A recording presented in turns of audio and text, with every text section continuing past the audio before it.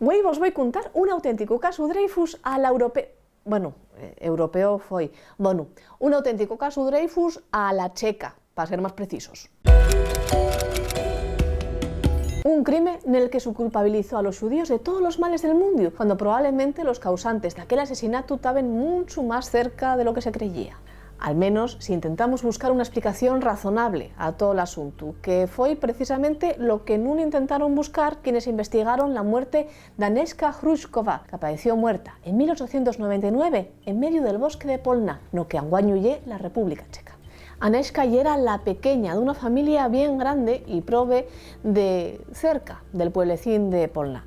Allí, en Polná, ella ya era costurera y tenía que ir todos los días atravesando un monte lleno de solombres.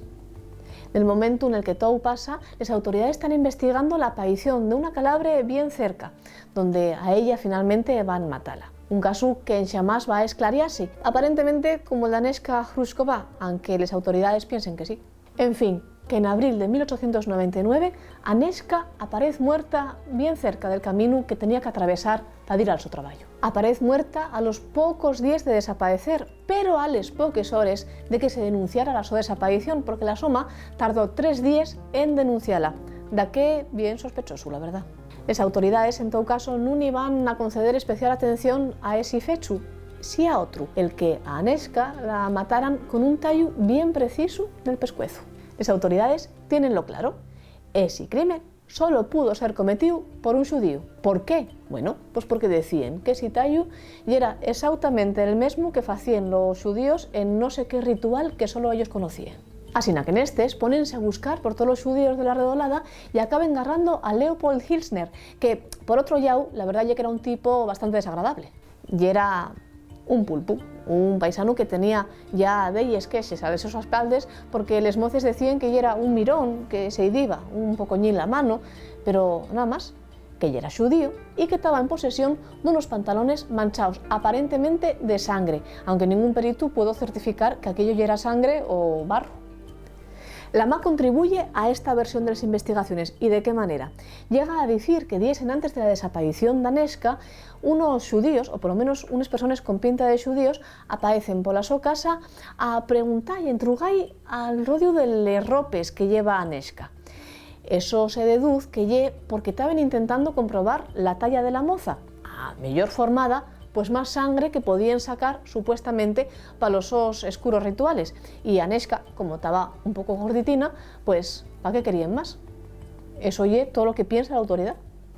Además llega a decirse en el juicio como prueba que lle un poco sospechoso también que el cuerpo de Agnieszka fuera encontrado el domingo de Pascua, que lle una fecha, bueno, pues muy referencial para decir que lle un sacrificio religioso. Claro, escaécense de que el cuerpo sí que lle verdad, que aparece el domingo de Pascua, pero realmente el crimen probablemente fuera 3 días en antes, que lle era cuando la moza desapareciera, a pesar de que la SOMA se escaeciera de denunciarlo. Así na les coses, Leopold Hilsner lle condergau a morrer a forcau, na forca. Genérase una ola de antisemitismo en toda la región.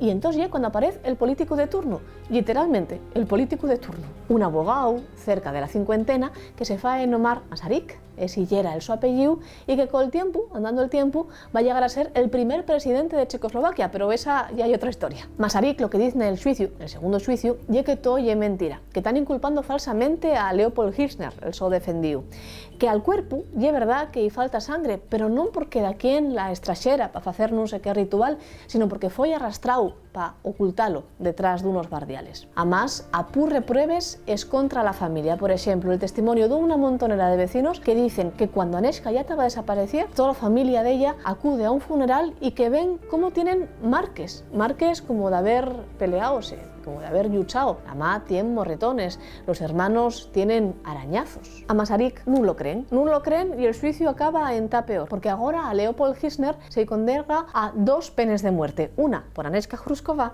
y otra por la moza que apareciera muerta unos días antes de desaparecer Agnieszka. Bueno, la historia no termina del todo mal, pero tampoco del todo bien. El emperador de Austria-Hungría, Francisco José, va a anular la condena a Leopold Hilsner bien luego, muy poco después. conmútala por una cadena perpetua de la que él acaba saliendo en 1918, precisamente el año de la proclamación de Checoslovaquia y el año del aumento del poder, de la subida al poder del que fuera el su abogado, Masaryk. Kirchner sal liberado en 1918, pero evidentemente ya pesa sobre él una fama que en xamás, nos pocos años que queden de vida, porque muere muy mozu, va a poder quitarse de enriba. Naide, en aquel caso, solamente anguaño va de ellos años que tamen a salir investigaciones históricas al rodio de este crimen, que lleva uno de los más famosos de la República Checa, naide se va a plantear que quizás la familia tuviera muchas más razones para matar a Anežka, entre ellas, pues entamando porque ya era una familia con muchos hermanos y que no daba para comer para todos, o, por ejemplo, en el reparto de la herencia. Naide se va a plantear que la familia ya era la principal sospechosa, porque nunca más va a volver a investigarse la muerte de la prove Anežka. ¿Y tú conoces otro caso del que hubiera de algún chivo expiatorio, de alguien que pagara injustos por pecadores? Si ya así, cuéntamelo aquí en baixo, nos comentarios, y vémonos bien en Play Presta.